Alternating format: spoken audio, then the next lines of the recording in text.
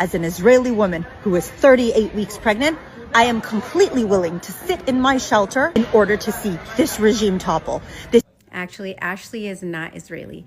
Ashley is a Canadian who moved to Israel and became a Jewish settler, meaning a thief.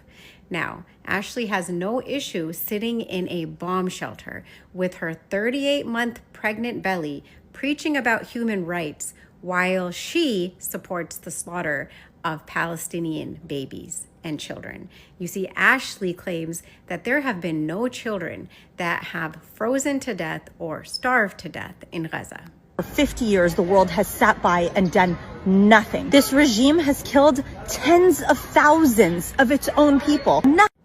For 77 years, the world has sat by and watched Israel commit war crimes, break international law, continue to illegally occupy people, and slaughter hundreds of thousands of people.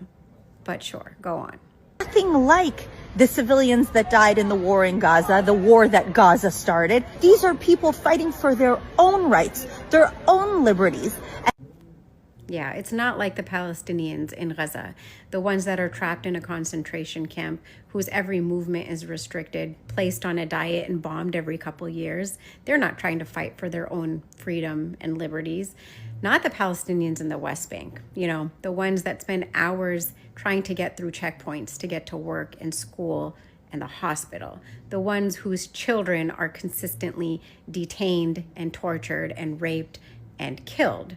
The ones who are not allowed to vote or get building permits or walk on Jewish-only roads, or the ones who have their homes and their property stolen by Israeli Jews. They're not fighting for their freedom and liberties either.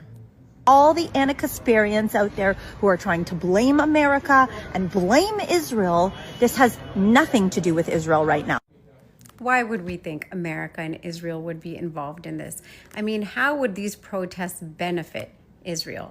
Obviously, we'd like to see a regime change, at least I would, in Iran, just as I would like to see in Iraq. The question now is a practical question.